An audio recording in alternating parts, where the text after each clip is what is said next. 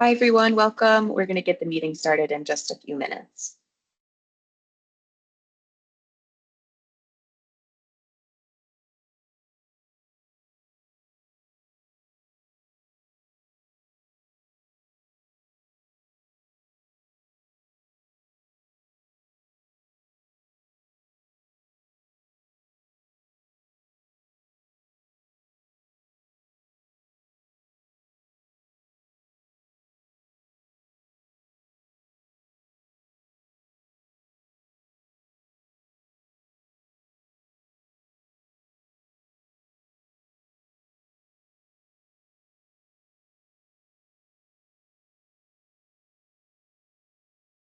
Good morning, Ray.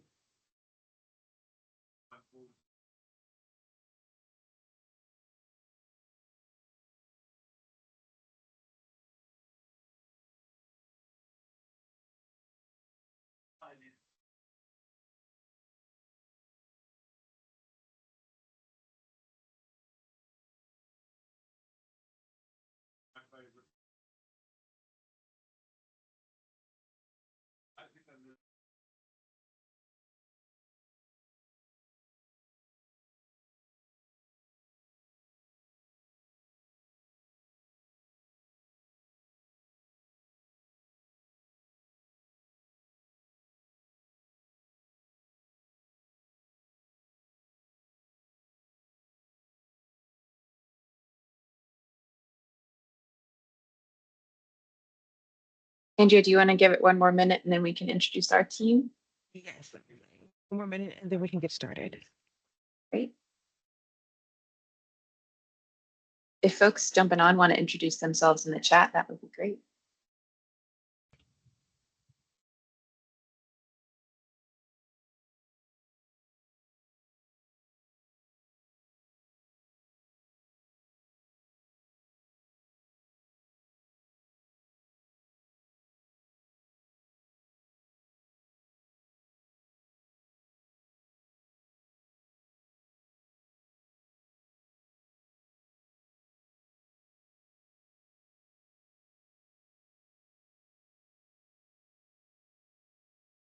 Okay. I think as we still have some people coming in, I think it's almost a good time to get started.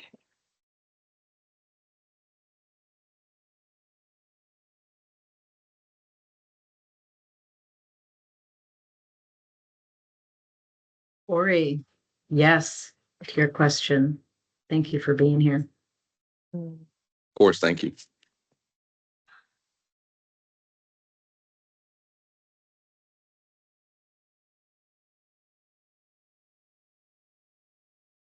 Okay. Well, I'm going to go ahead and get started. Well, welcome everyone to our Solar for All program workforce webinar.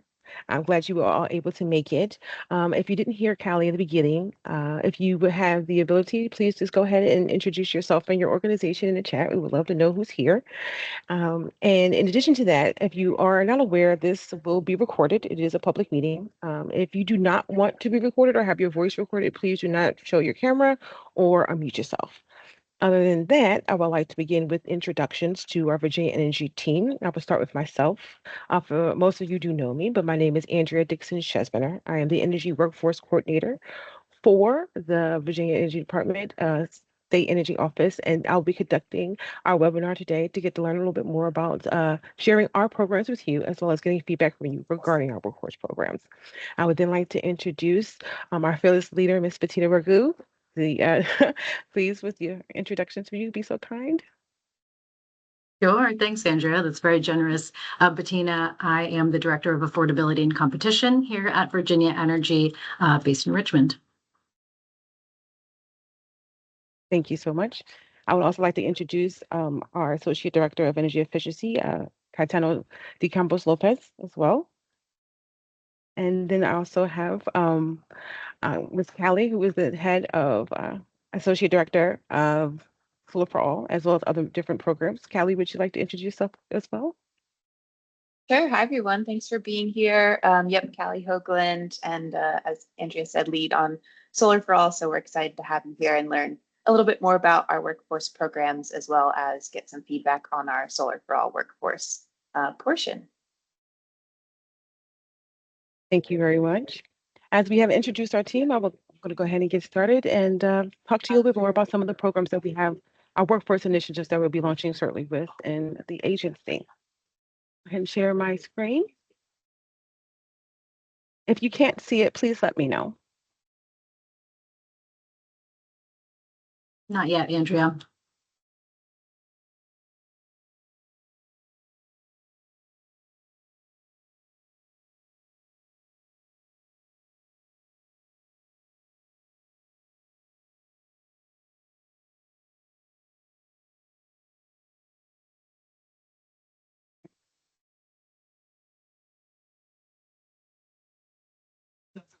There you go. All right, wonderful.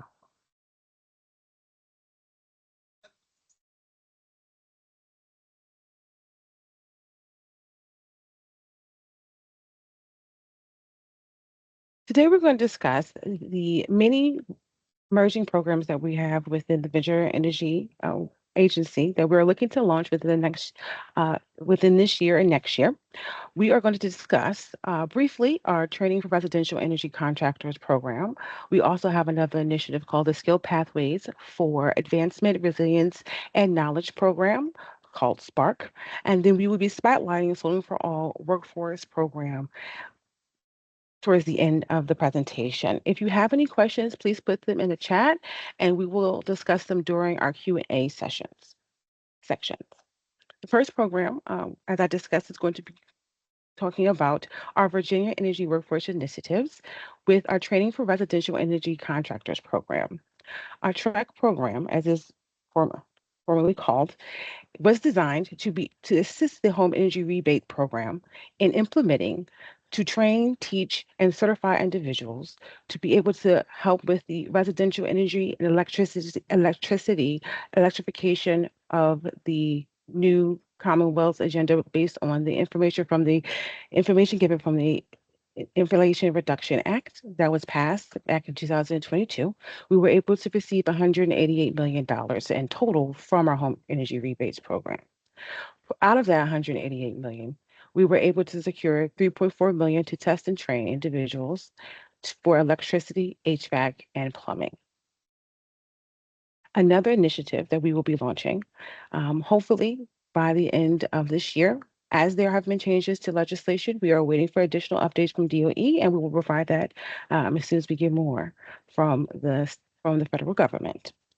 Another program that we're interested and that we were hoping to be able to show you guys today is our SPARK program. The SPARK program, as I said before, is the Skill Pathways for Advancement, Resilience, and Knowledge. It is a youth program designed for individuals 14 to 25 to be able to create early career readiness within specific energy-focused occupations. The goal of the program is to be able to ensure individuals K through 12 are interested in following occupations within the energy field and to be able to focus for youth from low income and rural communities.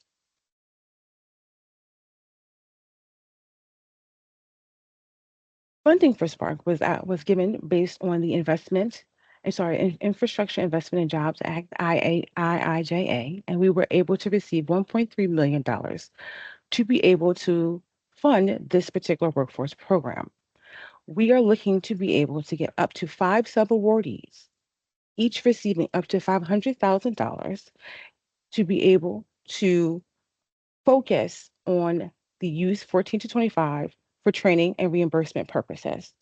Right now, there are 7 main proposal components that will be reviewed for the program, and we're seeking individuals to be able to apply for this program between July and August of 2025, we will release the sub-award program guidelines and make our final selection for our sub-awardees between September and October of 2025. Now, this is our first break. I know it went a little bit fast for some questions. If anyone has questions about either one of these 2 programs, this is a good time, if they're not in the chat, to either raise your hand or to ask.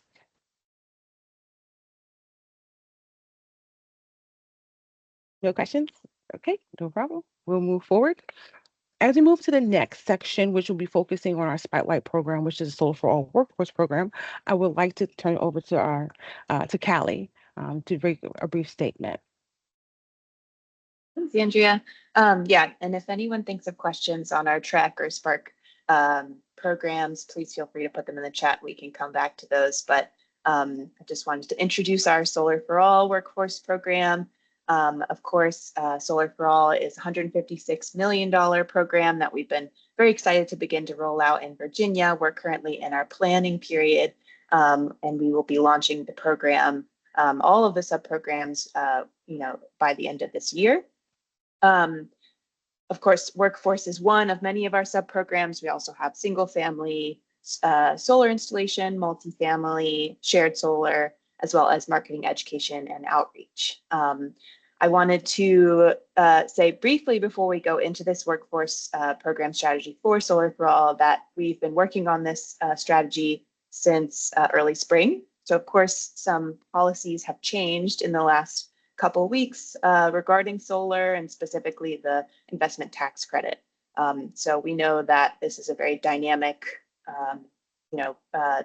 there's lots of dynamic changes happening within the industry, and we realize that our workforce program strategy may need to change to reflect those changes in the industry, and we're looking for feedback related to that as well, because we have not made any changes on our program strategy yet in response to those federal changes, but we understand that the industry may be moving in different directions. So just wanted to start with that caveat, but I'll turn it back over to Andrea to explain what our design looks like right now.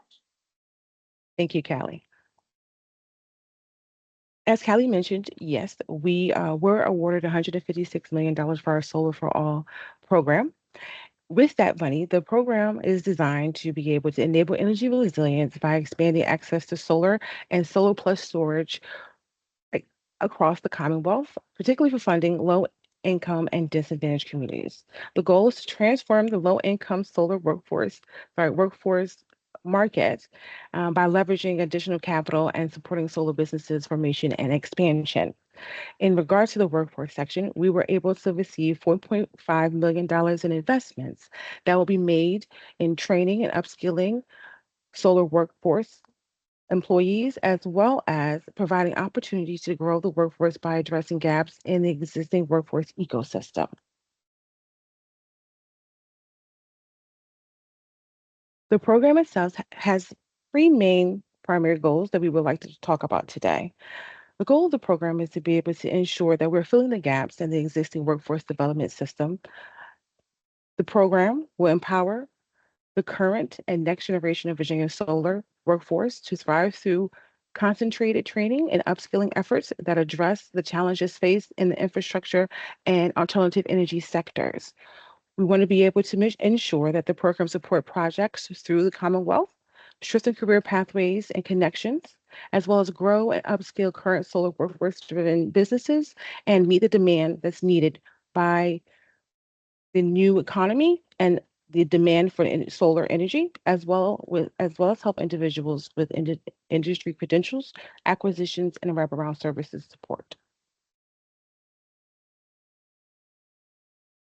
The guiding principles for this particular program, as you can see here, is to make sure that we balance near and long-term workforce development strategies. We also want to be able to ensure that we're maximizing existing programs and focusing on proven approaches, such as registered apprenticeship programs that have been proven to be able to drive retention. We also want to be able to employ a flexible and demand-driven approach to prioritization to ensure payment of reimbursement and incentives directly to individuals for employment.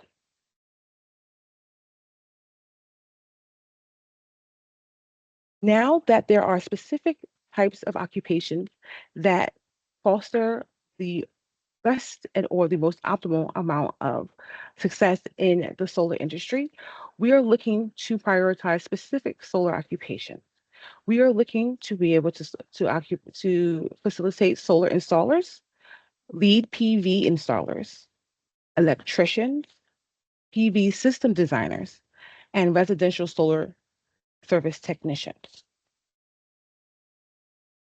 Now that we have the basics of the program down, we would like to get a little bit deeper into the actual program design. The Solar for All program will have two options in regards to subawardee disbursement. The first particular program is going to be our Solar Workforce Program grant, where one awardee will receive $2.6 million to facilitate statewide engagement in occupations that we mentioned previously, as well as identifying administrative grant funds to employ in the form of reimbursement trainings, credentials, and payment incentives to support the growth of registered apprenticeships. The award will be for 3 years, and it would be able to have specific desired outcomes. They include increased pipelines of workers considering pursuing solar careers, clear off ramps, progression pivots to carry skills beyond residential solar, clean career advancement for workers in the solar sector. We are also looking for outcomes of improved workforce skills and improved employee retention, as well as ensuring that all participants in this particular statewide option have what is needed to be successful beyond their initial solar careers. The second option that we have is associated with the regional. The regional activation grant is designed for up to, as you can see, up to up to seven individuals who will be able, sorry, up to five awardees that will be able to receive up to $265,000 with 38% as a direct worker assistance payments for a 2-year duration. This particular regional program is designed to be able to ensure building relationships with training providers and educational providers within the Solar for All community, as well as the solar sector. We want to be able to ensure workforce grant funding goes to individuals to be able to create the pipeline of support within that particular region. A lot of the main desired outcomes will be associated with increased awareness of career opportunities in the solar sector, higher enrollment rates in existing solar training programs, improved placement rates for learners, diversified candidate goals, diversified candidates entering the solar sector, as well as enhanced access to necessary resources and support for career advancement. We also want to be able to ensure that this particular regional program reduces barriers to employment in that region and improves job placement rates for programs participants and increase retention job satisfaction among all workers in that area.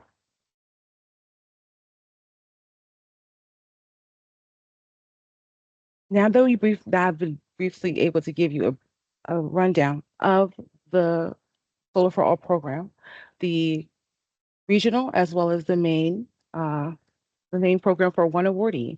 We would like for you guys to join the conversation and tell us what you think about our program so far. We have some questions here to kind of spark the conversation. Callie, I don't know if there's any already in the chat, but if not, we can start with the first one, which would be, what do you think of the Solar for All Workforce Program design as it stands? Yeah, thank you, Andrea. And I'll just say, I know we have lots of different entities on this call, but please feel free to answer from your point of view, whether you're a solar installer or a workforce professional. I think that we would welcome any insights to improve our program design.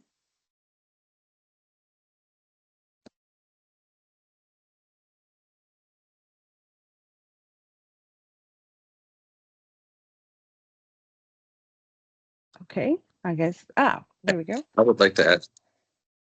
Sure. So with the changes coming with, been in DC quite a bit, and especially what happened with solar and what's going on with residential, the industry is pretty shook up. I mean, we're projecting, I was with a manufacturer on Friday who thinks that 90% of residential solar companies will go out of business, 85 to 90% that aren't diversified and don't have other stuff.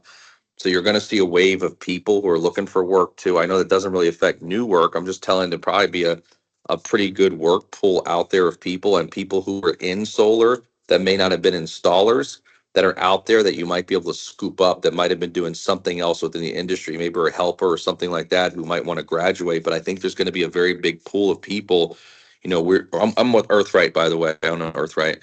And we've set up, because we're diversified, having HVAC and electrical and solar. But the solar only companies are the ones, it's just going to, I think there's going to be a big shift. And I think if you figure out how to capture some of those people that are leaving those big national companies that may be helpers or something, they could be perfect advanced into an electrical program or something like that. But it may be the bad may actually be good for this, I think. So just my 2 cents. Thank you for sharing. I see your hand, Miss Lorraine. Your hand.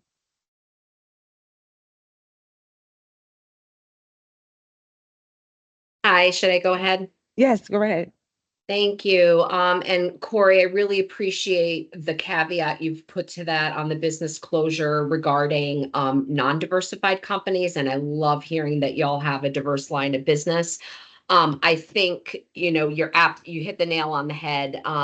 There will be a market shakeup. I don't think it's all bad news. We're definitely seeing pockets of opportunity. This conversation we're having today being a perfect example.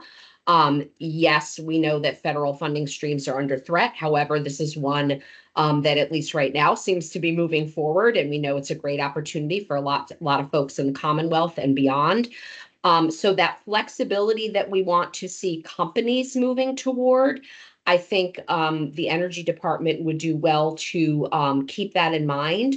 What you're going to want is access to live and recent labor market data, so you can make decisions about the job roles that are important for your projects and where there might be ongoing work for those folks. So we're not engaging them in solar for all projects and then not having a clear path off ramp for that. So I love that you mentioned the off ramps, Andrea.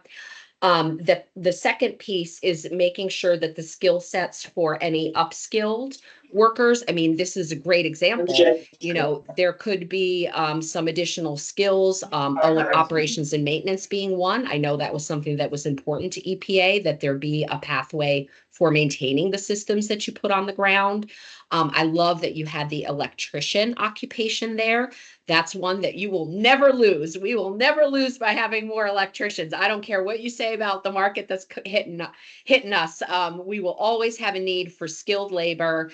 And yes, we need the solar skills too, but let's give everyone, companies and workers, as much flexibility as we can with this wonderful money that is a gift right now. I know y'all worked very hard for this gift, but right now we've still got this wonderful present to help the Commonwealth adjust to these market conditions. And I'll stop there because I'm not sitting in Virginia, but happy to give the perspective from some other states that are engaging in this work as well. Thank you for sharing.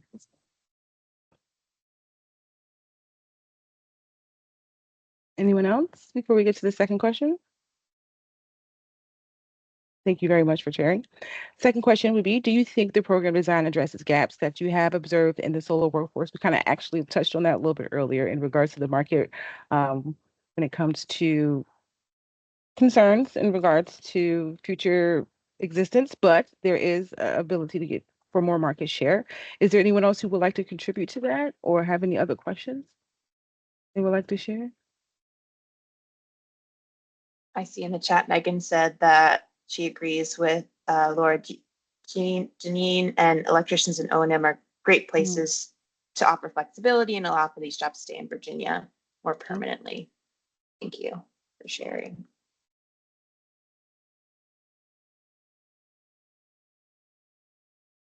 Okay. We actually also touched a little bit on number 3 as well in regards to the job supporting through our program. Are there any other occupations or jobs you guys would like to mention outside of course, electrician, OPM, what we've already discussed?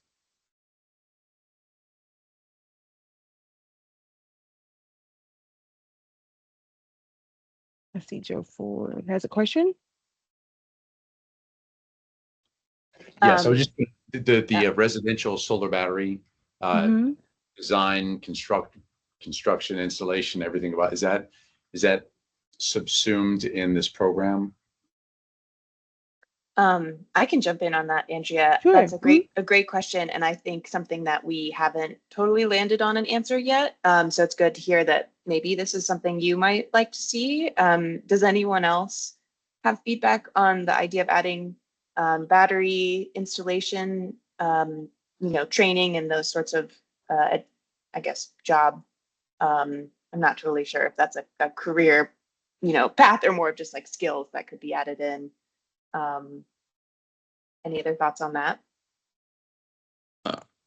I could add one thing. I think it's much easier to get somebody entry level in on this. So we've already built our service department or started to. You've got 50 some odd thousand systems installed in Virginia. By the time this is all done, you'll have 60, 70,000 maybe, and no one to service them. I think it's a lot easier to get somebody in and teach them. For example, I got guys with basic skills who can go do inverter swaps. The technology, the way it's set up through monitoring, it almost guides you on what to do. And most of that service stuff is simple. I've got guys with basic skills. I mean, my son was doing it when he was 18 with no electrical background, swapping inverters out. So that's a great entry level as the service part because they can graduate from there. Also, it's just, those are simple. I mean, anybody with basic knowledge can do some of that stuff. You don't have to get on a roof. Most cases, if an inverter's bad, it's swapping it out. There's going to be a lot of that. So that's a great pathway to really train people maybe in large groups because someone's got to fix these systems. I mean, that's the way why we've set up our business with a service department. Someone's got to repair them. I mean, they're all installed, but what happens when they break and there's nobody? So that's a big concern. And if we've seen a big gap in the market. So if we can get ahead of that, and then those people can eventually also become solar installers and transition to other stuff and learn the other parts of the business. But that's a great way to get them to do basic learning. It's just basic service, swapping inverters, optimizers, things along those lines. Great. Thank you. Anyone else here want to contribute to that? Or any input or insight on the battery installation and maintenance portion of that? Was that kind of a part of what you were mentioning as well, Corey, or kind of a separate on the inverter swaps? No, the batteries are, I will tell you as a bit, we're one of the leading for power walls in the state. There's a very unique, batteries are not easy. And I will tell you that is that's not an easy, like it takes very experienced people to work on batteries. So just to be clear on that, that's a lot more difficult process. I have guys that have been installing solar for 6 years and know how to do batteries. So it's, and you see a lot of complications. So that's in a very advanced state, which is going to be a lot. You got VPP coming on board, virtual power plants. But the problem is batteries is almost like a super energized electrician, no pun intended on that, to be able to do batteries. Just so you're aware, it's not a basic level thing. It's the advanced level of solar.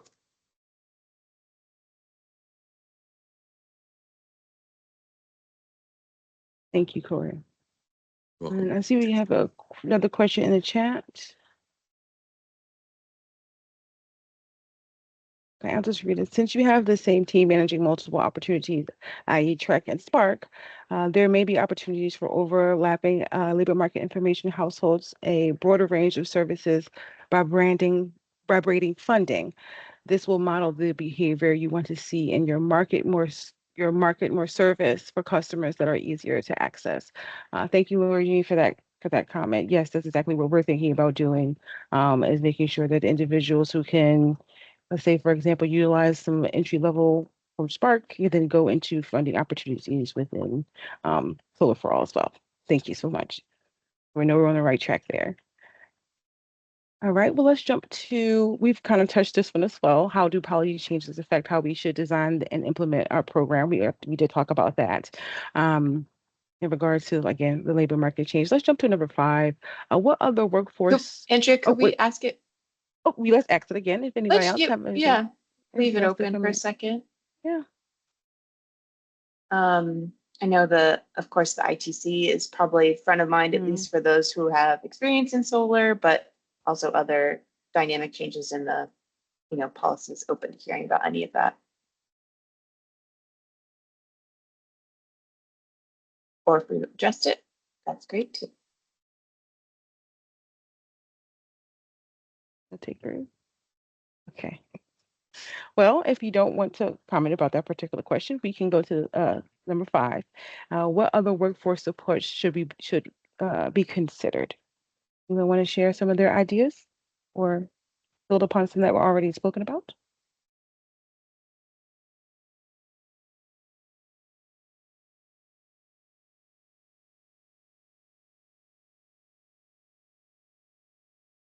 Were there any, outside of the conversations that we already had, is there any other feedback or comments that anyone would like to share in regards to not just Solar for All, any of the other programs? Okay, all right, I'll submit it. Joe? You're muted, Joe. Yeah, I was trying to get there. Sorry about that. So, yes. So Andrea, it's a pleasure seeing you again. So as you already know, we're building a program, K-12 program around the energy career cluster for CTE. So, the lion's share of my focus has been with another type of generation, but the career cluster covers all of them. So I didn't know what that could look like. Obviously, looking at the grant opportunities, number one, that would be far beyond anything I would consider doing. I don't know if that's assuming that there is a consortium group of working on that first group, or if there are people that would we could connect with, like Virginia VEWC or other people to connect, to talk about, this is what we're doing. This is how I can see we could help be part of the solution to weave into workforce education at K-12. I think, again, with other energy industries, I know trade schools are very helpful. 2 and 4 year programs have been very helpful. At least in other energy sources, 30%, almost a third of the workforce they lose in the trade schools just from drug screening for the requirements there. So we're trying to get them earlier. I don't know what could that look like to, or who would be a good point of contact or a partner with Solar to figure out how to get that plugged in better to K-12, that energy career cluster that's already in place in Virginia. Well, there are several different organizations that you can work with. Right now, what I'm seeing is that there really isn't like one specific organization that does everything that we're looking to do. That consortium you kind of speak of, that's where we're working to be able to facilitate between DOE and VCCS, so we can be able to ensure that all of the moving parts in the training provider spectrum actually work together a little more cohesively. So that is definitely a really, really good question. Yes, the VEWC is really, really positioned to do that very, very well. They work very hard with doing more regional as well as statewide programs and consortiums. So that's a good place to start. But I know I see David had his hand up, so I'll let him go ahead and get a question. I hope I answered your question, Joe. Sorry. Yeah, I just, can you guys hear me? Yes. This is a great discussion, and thanks for putting it together. Joe, I think speaking with some experience toward the VEWC and how they've been involved in the 17th career cluster and that push to bring this awareness and these opportunities into the K-12 space. Our partnership with Virginia Ed Strategies is also helping to support movement in that direction as well. And I think it's a great place to look in terms of the nexus behind where the training opportunities and funding allocations could be well leveraged through a consortium of organizations like the VEWC. And happy to pick up on that and continue that discussion with anybody who might be interested. Thank you, David, for sharing that. Did you get your question answered, Joe? I did. And David, by the way, Jennifer Stevens had just reached out to me last week from Virginia Ed Strategy. So we may actually be talking shortly after this. Good. Glad to see that. That's what we're talking about, the connections there. That's great. Anybody else want to? Yes, David. I'm sorry, my computer cut out, Joe, right when you were saying that. So I hate to ask everybody to bear with me while you repeat that, but say that again. I was just going to say, Jennifer Stevens at Virginia Ed Strategies had just reached out to me last week. We're going to talk again in a couple of days. So we actually may be in touch for more reasons than just today. Fantastic. Fantastic. Thank you. Is there anybody else that want to contribute to the conversation? Yeah.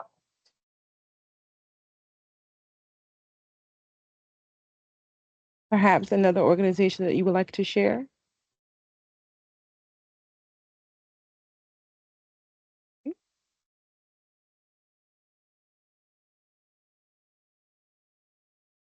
Well, any other questions or comments or feedback that you would like to share in regards to Solar for All, Trek or Spark? Andrea, do you mind if I just kind of close out for Solar for All? If anyone Mhm. on this call is not on our mailing list, I'm going to put our website in the chat here, and we will send out these future opportunities to that list. So please sign up if you're not already on there. And we really appreciate this feedback, and we'll be finalizing our program design and putting these subawards out in the next few months. I believe end of Q2 or beginning of Q4. Is that right, Andrea? Is the End of timeline? Q3, end of Q3, beginning of Q4. Yes, that's Okay. the timeline. Yeah, great. Absolutely. So Yes. if your organization or others that you know of might be interested in working with us, please feel free to share.